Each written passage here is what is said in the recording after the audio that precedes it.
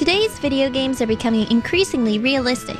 I remember when this was top of the line. There's no denying it, in-game graphics have made tremendous strides. And in the midst of all this progress, retro games are making a comeback. While they may not be AAA titles anymore, they're cheap and easy to acquire, and they tug at our heartstrings. Most people tend to download classic games off Virtual Console, Xbox Live Arcade, and PSN that they enjoyed when they were younger. But sometimes you just want a cheap new old game to play on your current gen console. Without the pretty presentation that newer games possess, and the absence of nostalgia, you may not enjoy your classic game purchase as much as someone else whose childhood memories help to sugarcoat every aspect of the game.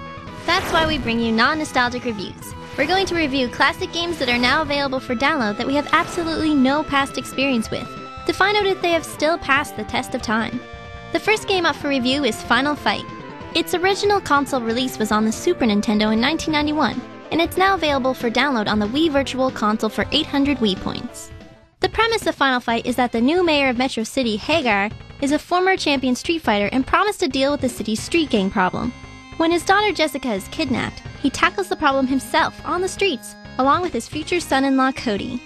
You can choose to play as either the hamburger and baked potato-loving Hagar or the spinach and milk-loving Cody. Unfortunately, I naively assumed that this game was a two-player game. Hey, I'm playing all by myself. Maybe it's arcade style and you're supposed to press start. Alright, I'm pressing start. Oh, it says 2P. Oh, it's gone. Oh, it's back again. Did I just kill you?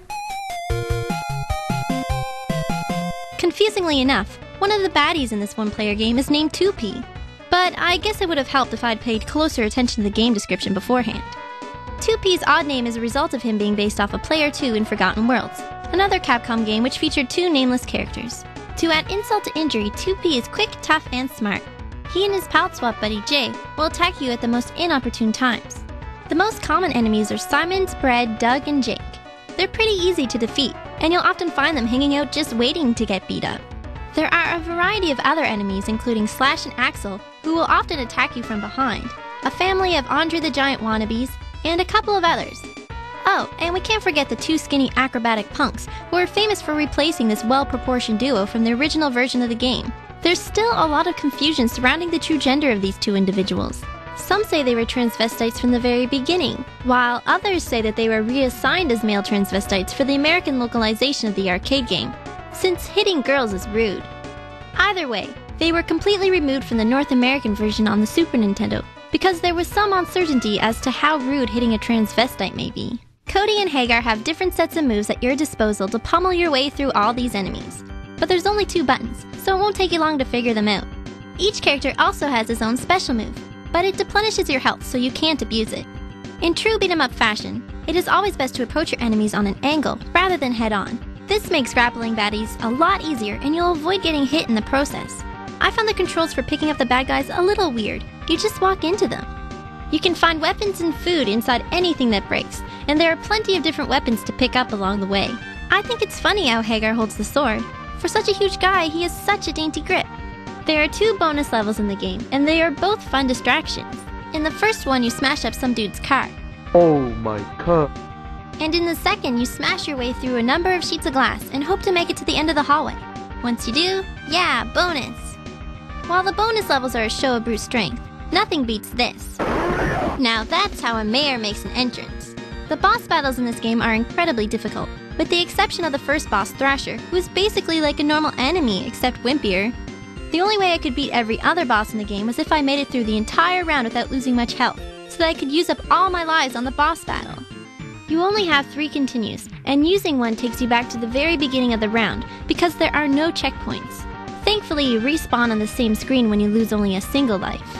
Every boss has his weakness, but generally you have to be skilled to exploit it.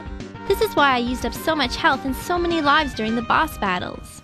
In conclusion, Final Fight obviously would have been better if it had 2 players instead of pulling a Double Dragon 1 on us, but it is still a quality beat-em-up.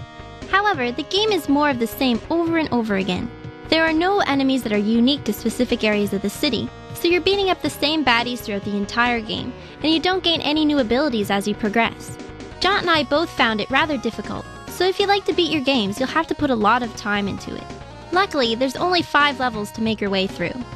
The baddies aren't random, so you can use this to your advantage by nailing down a good attack pattern for each round.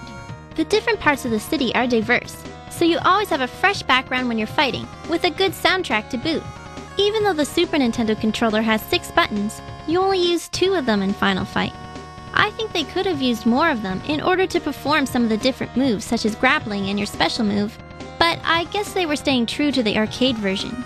Now for me, the lack of co-op is a bit of a deal breaker, as I think it would have added a lot of replayability. Having beat it on my own, I don't think I'll be replaying it again. So if you're a fan of beat-em-ups or Capcom, and want to play a challenging game by yourself, definitely give Final Fight a try. Happy gaming!